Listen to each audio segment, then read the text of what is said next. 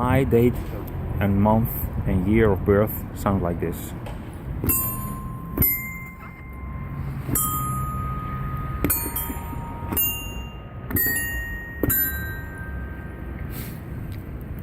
Now I also wonder how my 2018 will sound like, and yeah, there's no 2018 here, but in our life there will be one, and how shall I make it sound like? That's what I wonder right now. Again, my date.